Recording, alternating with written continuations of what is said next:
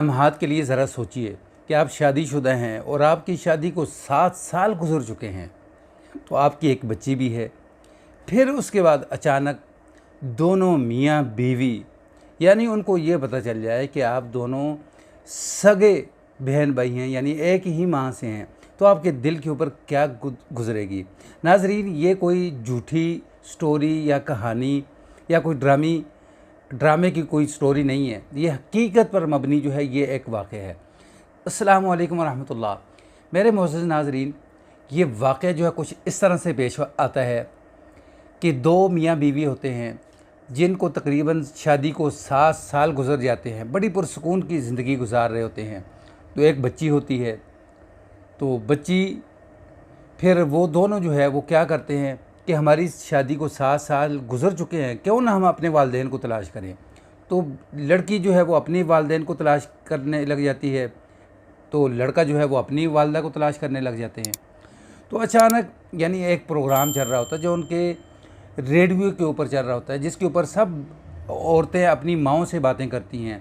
तो ये लड़की भी वहाँ फ़ोन खड़का देती है, कहती है कि मैंने अपनी माँ से बात करनी है, पिछले 7 साल से मैं उससे तलाश कर रही हूँ। तो अचानक जो है वो फिर यानी उसकी वालदा से बात करवाई जाती है। तो वालदा फिर वहाँ जो किताब के वर्क़े जो है वो खंगालती है, खोलती है ना, कि बेटी आपका एक भाई भी था। कुछ वाक़या ऐसे था कि जब आपकी पैदाइश हुई थी तो आपको किसी ने गोद ले लिया था और आपका एक भाई था, उसको किसी और ने गोद ले लिया था। तो इस तरह करके जो है ना वो कहते कि फिर उसके बाद जब आप बड़े हुए, फिर इनकी शादी हुई, 7 साल गुजर गए, एक बच्ची भी हो गई। तो ये लड़की जो है यानी उसके साथ बातें कर रही है फ़ोन के ऊपर अपनी माँ के साथ। तो दूसरी तरफ जो है वो लड़का हैरान रह गया, हाँ, कि मेरी माँ भी ये है।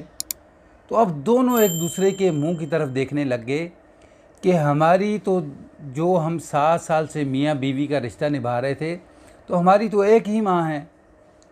तो फिर ये फ़ैसला करते हैं कि हम ज़िंदगी इकट्ठी ही गुजारेंगे, क्योंकि 7 साल से जो है वो हम इकट्ठी ज़िंदगी गुजार रहे हैं। नाज़रीन, ये वाक़या यानी उन लोगों के लिए है जो यूरोप जाने के ख्वाहिशमंद हैं। कहते हैं कि यूरोप के अंदर हर किस्म की सहूलियात है, यूरोप के अंदर इंसाफ है, यूरोप का निज़ाम बड़ा ज़बरदस्त है। लेकिन ये सबक के तौर पर आप इस वाक़े को याद रखें कि यूरोप के अंदर ठीक है, इंसाफ है, सुकून है, शोर शराबा नहीं है, लेकिन यूरोप के अंदर रिश्तेदारी को कोई नहीं जानता। जब भी किसी की थोड़ी सी बात के ऊपर कोई यानी हो जाती है आपस में अनबनी, तो माँ जो है वो अपना रास्ता अलग कर लेती है, बाप अपना रास्ता अलग कर लेते हैं, बच्चों को छोड़ देते हैं किसी और की गोद के अंदर। तो इसी तरह जो है यानी इनको भी किसी की गोद के अंदर छोड़ा गया, ये पले बड़े हुए, फिर इनकी शादी हुई, 7 साल इकट्ठे गुजारे, बच्ची हुई। तो फिर उसके बाद इन्होंने सोचा कि हम अपनी वालदा को तलाश करें। दोनों अलग अलग अपनी वालदा जो है वो तलाश कर रहे हैं। तो जब वालदा की तलाश शुरू हुई, वालदा मिली, तो पता चला कि ये तो एक ही माँ के दोनों बच्चे हैं। तो इसलिए कि जो यूरोप जाना चाहते हैं, यूरोप को पसंद करते हैं, वो ये बात याद रखें, वहाँ रिश्तों की पहचान नहीं है, कोई रिश्तेदारी की पहचान नहीं है, माँ की पहचान नहीं, बाप की पहचान नहीं, बहन भाइयों की पहचान नहीं है।